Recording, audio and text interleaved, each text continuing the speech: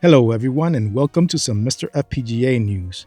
This week we will be talking about save states for the Super Game Boy Core, a MiSTer MultiSystem 2 with everything you need including the FPGA chip built in, updates to Zaparoo, and more. Also, check out my channel sponsor MiSTer Add-ons, a place where you can get all your MiSTer needs, things like full MiSTer setups, accessories, I/O boards, and more.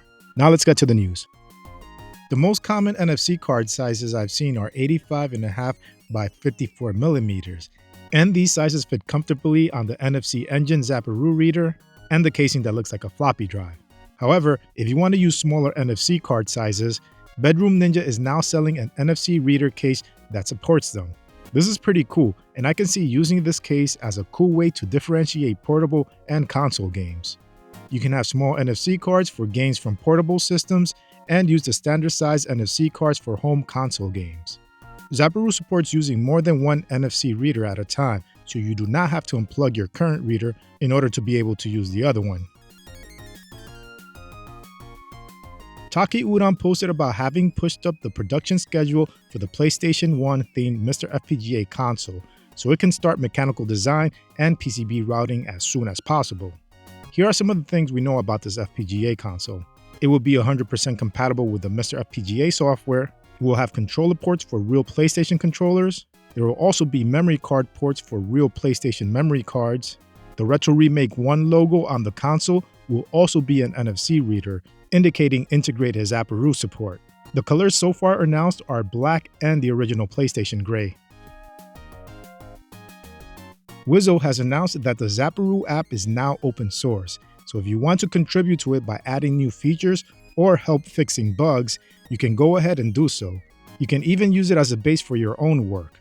Remember, Zaparoo is a new name for the Tap2 project, which allows you to launch games via NFC cards or barcodes. The paid feature of the app will still remain, as this will help support further official developments. Wizzo assures us that there is a clear line drawn regarding where the paid parts start and where the paid parts end. This is what Wizzo says. Essentially, paid features will be restricted to features that make your mobile device act as a reader, as it works already, and some future optional cosmetic features. These features are only locked in the official distributions of the app as well, so it's more like a convenience donation. If you're a Zaparoo user and have not tried the mobile app yet, I highly recommend you start using it. It supports many cool features like encoding NFC cards with games, launching games from the app by searching for them, and more. Again, using your phone as an NFC reader is a paid feature if you download the app through your phone's app store, but it will only set you back a few dollars and it helps support the project. I posted the links to the Zaparoo Android and iOS apps in the description.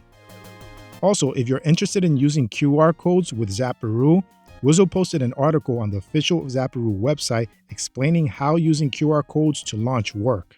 A video showing off an awesome use case for QR codes was also posted. It shows a CRT with a QR code attached to it that launches a random TurboGrafx-16 game. You can customize the QR code to do other things, letting you personalize your setup. I also came across this cool usage of Zaparoo on Reddit. On the thread, user Lucky Mike D posted about converting the book 1001 Video Games You Must Play Before You Die into a game launcher for the MiSTer FPGA via Zaparoo. This is accomplished by applying NFC stickers to pages pertaining to a game and encoding those stickers with the proper info to launch the games on the MiSTer FPGA.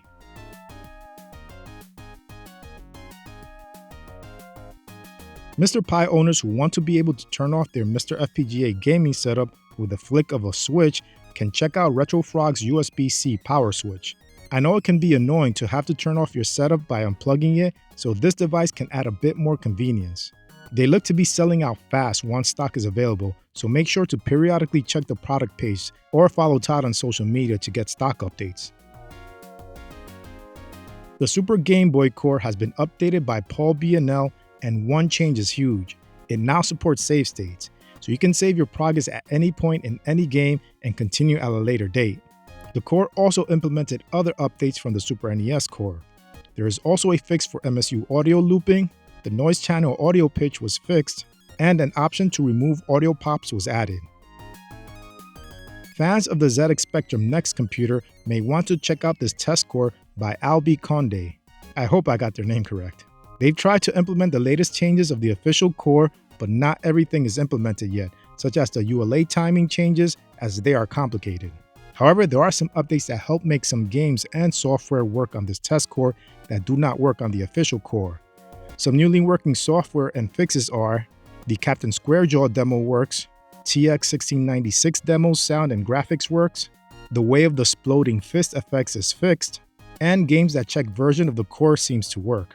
The developer is just starting core development, and they say that if there are problems, they may not be able to solve them at this point. The ZX Spectrum Next is a modern 8-bit home computer which was initially released in 2017. It is compatible with software and hardware for the original ZX Spectrum from 1982, but also contains enhanced capabilities for developing more advanced software than the original. Botego's team finished the electrical schematic diagrams for Tehkan World Cup, and those schematics helped with bringing up a number of new discoveries that helped make the core more accurate. Some updates implemented because of these new discoveries are: anti-alias audio filter and variable audio gain are matching the PCB, and video layer priority control is matching the PCB. In addition to those changes, there are also other changes that weren't related to the schematic discoveries. These are: you can now use analog controls via analog stick on a gamepad, and dip switches are correctly read by the CPU. I believe this core is still in beta, so it's currently only available to Patreon subscribers. A new game was added to the arcade core that runs Tehkan World Cup. It's another sports game based on the American version of football, and the game is called Gridiron. I never played this game before, but when looking at it, I immediately thought of Tecmo Ball on the NES. Even though the perspective of the playfield is different, the way the game presents itself is similar to Tecmo Ball. The game was developed by the same company before a name change, so the similarities are not surprising. I believe that this core is in beta, so it's currently available to Patreon subscribers. If you're a QMTech FPGA board owner and would like to use it on an arcade cabinet, Jorge Schleicher on Twitter posted a short review on Antonio Villena's MiSTerX JAMMA I/O board for the QMTech FPGA. They say that it's pretty much plugged to the JAMMA and play out the box, and it includes everything you need for your cabinet, like video amplification, audio amplification, ultra low lag map controls out of the box for all arcade games, and some nice extra add-ons. If you want to read the entire review, check out the post on X. This could give current and future QMTech board owners the necessary info they need for implementing their setups into an arcade cabinet. Just a quick reminder, this I/O board is made for the QMTech FPGA that is a clone of the DE10 Nano. This is not made for the real DE10 Nano or the MiSTer Pi clone board. Like the MiSTer Pi board, the QMTech board is a low-cost alternative to the DE10 Nano. Here's something I find exciting. A MiSTer MultiSystem 2 is in development. One of the main things that will differentiate it from the first MiSTer MultiSystem is that it will be an all-in-one design, including the FPGA chip. So no need to buy a DE10 Nano, MiSTer Pi, or QMTech board. They mentioned that no other boards or modules, adapters or stacks or converters will be required to run MiSTer FPGA cores. There will also be many more enhancements, but that info will come at a later time. Current MiSTer MultiSystem carts will also be compatible. There will also be a 3D printed enclosure for it.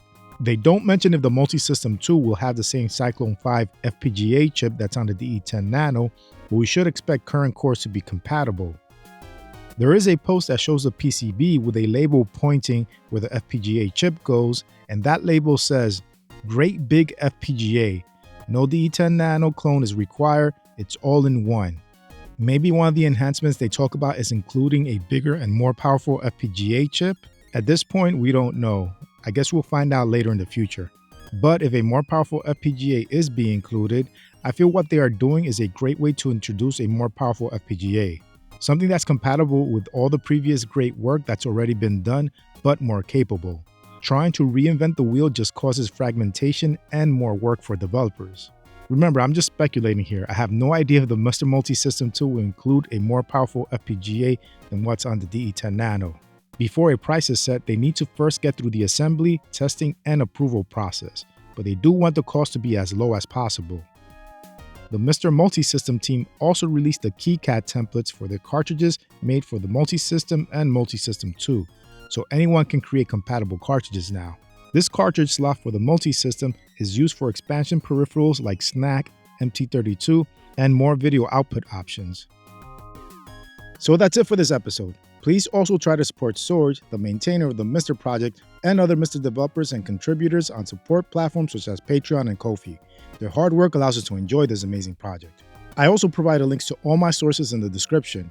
Make sure to also check out RetroRGB.com to see my MiSTer news videos in blog form and to get more retro-related content. Anyway, I hope you enjoyed this video. If you did, please give it a like, and if you want to see more content like this, hit the subscribe button and this bell icon so you can get notified of future videos. Thanks for watching, and I'll speak to you next time.